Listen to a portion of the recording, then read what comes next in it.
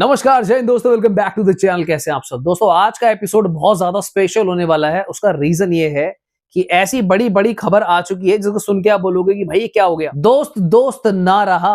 ऐसा लग रहा है कि टोयोटा और मारुति के बीच में कुछ अनबन सी हो गई है, क्योंकि टोयोटा इज प्लानिंग कि वो अपने नए 3 प्लांट खोलने वाले हैं। इसके अलावा महिंद्रा थार का एटीवी वर्जन जो है वो आ चुका है, और खुद आनंद महिंद्रा सर ने ये हमारे मिलिट्री के लिए जो है इस कार को प्रिपेयर करवाया है। इसके बारे में बात करेंगे। Hyundai Creta फेसलिफ्ट जो है पूरी स्पाई हो गई है, इंटीरियर वगैरह सब कुछ लीक हो चुका है। ये गाड़ी अब लग्जरी कार बनने वाली है। अच्छा, वीडियो शुरू करने से पहले विनर भी अनाउंस कर देते हैं।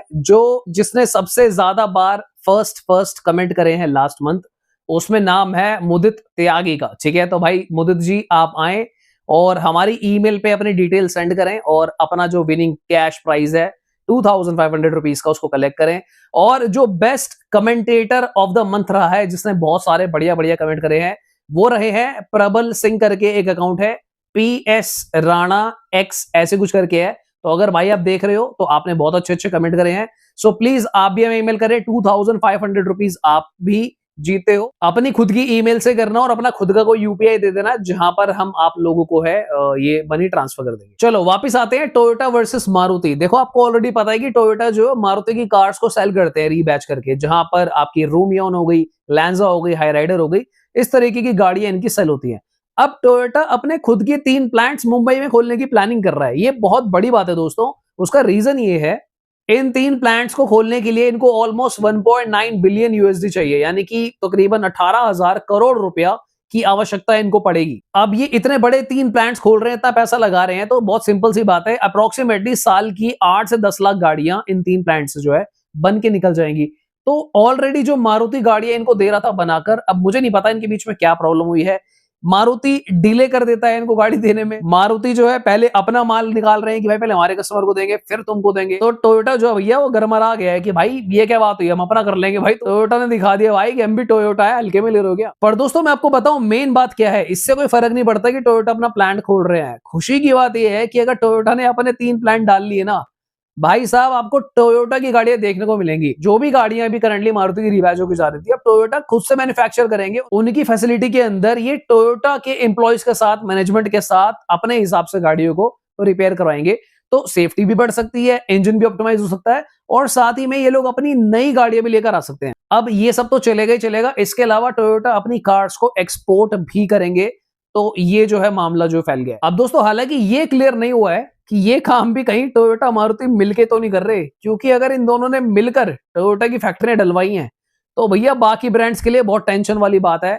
क्यों? क्योंकि फिर क्या होगा मैं आपको बता रहा हूं। कुछ गाड़ियां मारुति की जो हिट है वो रीबैच होकर जा रही है, फिर जो टोयोटा की हिट गाड़ियां हैं वो भी रीबैच होकर मारुति में पहुंचेंगी, क्योंकि अब तो टोयोटा भी मैन्युफैक्चर कर रहा है। तो भाई ये दोनों पास पास करते रहेंगे बॉल को, और एंड में जाके गोल कर देंगे। वो गोल क्या होता है? बेस्ट सेलिंग कार ब्रांड्स बनना। जापान, चाइना और यूएसए के बाद इंडिया इनकी 4th हब बनेगी टोयोटा वालों की, जहां पर अगर ये लोग फैसिलिटीज डाल देते हैं, अपनी फैक्ट्रीज डाल देते हैं, तो 4th हब बनेगी वर्ल्ड में इनकी, जहां पर सबसे ज्यादा गाड़ियां ये लोग अपनी प्रोवाइड करेंगे। अब दोस्तों मेन गेम समझो, मुझे ऐसा क्यों लग रहा है कि ये सब क्या सीन है। देखो, आपको पता है टोयोटा के पास है हाइब्रिड टेक्नोलॉजी, और टोयोटा जो है अपनी टेक्नोलॉजी को शेयर करते हैं। रिटर्न में मारुति अपनी कार्स, इंजन वगैरह इनको एक्सचेंज कर देते हैं रीबैच करके। अब आने वाले समय के हिसाब से छोटी गाड़ियों में अगर आपको हाइब्रिड देना है, फॉर एग्जांपल अगर मैं मारुति की बात ही कर लूं, स्विफ्ट हो गई, फ्रॉन्क्स हो गई, ब्रेजा हो गई, डिजायर हो गई, इन कार्स के अंदर अगर आपको हाइब्रिड देना है ना, तो फैसिलिटीज को बढ़ाना पड़ेगा, क्योंकि इन गाड़ियों की सेल बहुत ज्यादा है। तो कहीं ना कहीं ये भी मुझे लग रहा है कि टोयोटा इस प्लानिंग की भाई 2-3 साल बाद हाइब्रिड सेटअप कार्स की बहुत ज्यादा नीड है, तो अभी से ही भाई बेट लगा देते हैं और पैसा लगा देते हैं। बॉटम लाइन ये है कि टोयोटा ने मन बनाया है कि देखो हम है हाइब्रिड के यहाँ पे गुंडा जो है, और मारुति है 1200 सीसी और 1500 सीसी कार का गुंडा, अगर मैं नेचुरल एस्पिरेटेड की बात करूं। क्योंकि इनकी गाड़ियां जो है लोग इसीलिए खरीदते हैं कि टोयोटा का हाइब्रिड बढ़िया है और मारुति के इंजन की लाइफ बढ़िया है, रीसेल वगैरह सही है। लास्ट में उन लोगों के बहुत मजे आएंगे जो थोड़ी सी प्रीमियम कार लेना पसंद करते हैं, 30 लाख से ऊपर वाली। क्योंकि अगर 3 फैक्ट्री टोयोटा ने डाल दी, ये इन हाउस गाड़ियां बनाएंगे, फिर इनके पास जो है प्रोडक्शन काफी होगी, थोड़े से प्राइसेस और भी ज्यादा कम हो जाएंगे बड़ी कार्स के, और ये लोग अपने नए प्रोडक्ट्स भी उतार देंगे। चलो नेक्स्ट बात कर लेते हैं Hyundai Creta के बारे में, जिसके इंटीरियर स्पाई हो गए हैं, और इसके अंदर इन लोगों ने ऐसे ऐसे बदलाव कर दिए हैं कि ये लगेगी अब आपको प्योर लग्जरी कार। बड़ा अपग्रेड ये है कि इसके अंदर अब आपको देखने को मिलेगा प्लियोस कनेक्ट। ये जो प्लियोस कनेक्ट है, आप ये मान लो कि भाई एक तरीके से इनका गाड़ी का जो ब्रेन वो अपग्रेड हो रहा है। इसमें क्या होगा, इंफोटेनमेंट, इंस्ट्रूमेंट क्लस्टर और कनेक्टिविटी फीचर तीनों मर्ज हो जाते हैं। पर इसमें डिफरेंस क्या होता है, आप ये मत समझना कि बस ये डिस्प्ले है। This is more like a operating system. जैसे विंडो 8 होता है, विंडो 7 होता है, उस तरीके का पूरा एक सेटअप बनाकर देंगे आपको, जहां पर आपको जीवन के मजे आएंगे। इसके अलावा गाड़ी के अंदर आपको एआई असिस्ट मिलेगा, विच इज ग्लियो एआई, और साथ ही में ऐप स्टोर होगा, जैसे आपके मोबाइल में होता है वो आपकी कार में भी होगा। व्हीकल डेटा की डीप इंटीग्रेशन करी जाएगी, सॉफ्टवेयर डिफाइंड व्हीकल हो जाएगा बेसिकली। अगर हम बात करें गियर सेलेक्टर की, तो Hyundai Ioniq स्टाइल में आपको ये देखने को मिलेगा। तो गाड़ी के जो इंटीरियर्स है ना, बहुत ही ज्यादा एडवांस कर दिए इन लोगों ने। मैंने कुछ दिन पहले आप लोगों को बताया था कि अब क्रेटा का जो है प्लेटफॉर्म भी चेंज हो रहा है। अब ये थोड़ी सी लंबी भी हो जाएगी सेल्टोस की तरह, ग्लोबल K3 प्लेटफॉर्म पर जा रही है, और साथ ही में इसकी जो सेफ्टी है, जो फीचर्स है, वो भी सारे के सारे अपग्रेड हो जाएंगे। साइज बढ़ गया, सेफ्टी बढ़ गई। इसके अलावा 19 इंचेस के एलॉय व्हील्स आ जाएंगे। पिक्सल स्टाइल लाइट्स आपको देखने को मिलेंगे, जो भी Hyundai की EVs में आ रहे हैं। गाड़ी का जो स्टैंस है, रोड प्रेजेंस है, बहुत ही ज्यादा अपराइट एसयूवी होने वाली है। और साथ ही में जो सबसे बड़ा अपडेट है, क्रेटा के अंदर अब आपको स्ट्रॉन्ग हाइब्रिड देखने को मिलेगा। भाई ये जो गाड़ी है, मतलब मैंने एक बात रियलाइज करी है, क्रेटा जो फर्स्ट जेन थी, सेकंड जेन, मतलब वक्त के साथ साथ ना क्रेटा ऐसे अपग्रेड हुई है जैसे एक्चुअली में गाड़ी को अपग्रेड होना चाहिए। और उसी प्राइस के आसपास इन लोगों ने प्राइसेस को रखा है। ऐसा भी नहीं है कि आपको लगे कि हर बार इन्होंने बहुत ज्यादा प्राइसेस को बढ़ाया है, पर जो भी अपग्रेड आया ना, वो फील होता है कि हाँ, गाड़ी में तब्दीली करी है, चाहे फीचर हो, इंटीरियर हो, एक्सटीरियर हो। इसके अलावा एक छुपी हुई न्यूज ये भी है कि इसके अंदर अब आपको मल्टी लिंक सस्पेंशन देखने को मिलेंगे। ऑल व्हील ड्राइव भी आ सकता है भाई। एडास अपग्रेड हो जाएगा, लेवल 2+ पे चला जाएगा। तो आई मीन समझ जाओ बस क्या चल रहा है यहाँ पे। मतलब मुद्दा ये है कि Hyundai चाहते हैं कि कोई भी गाड़ी आते रहे भाई, क्रेटा सबसे ऊपर रहनी चाहिए। उसके नीचे भाई अब सेल्टोस भी चली रही है, सेल्टोस भी डिसेंट सेल कर रही है। रिपोर्ट बहुत जल्दी आने वाली है, अभी तक आई नहीं है 25 बेस्ट सेलिंग कार की, वो मैं शेयर करूंगा आपसे। बाकी आनंद महिंद्रा सर ने जो है दोस्तों रिवील करी है, थार रॉक्स के ऊपर बेस्ड एक मिलिट्री व्हीकल इन लोगों ने बनाया है, जो आर्म फोर्सेस के लिए हमारी काम आएगा। ये देखने में क्या लग रहा है भाई, इसको देख के मेरे को तो पहली बात तो पबजी की याद आ गई। कभी कभी मैं पबजी खेला करता था, ऐसा झंडू स्क्वाड मुझे मिलता था, पता नहीं कैसे प्लेयर थे, ऐसा लैंड करवाते थे कि सीधी गोली छाती पे पड़ जाती थी।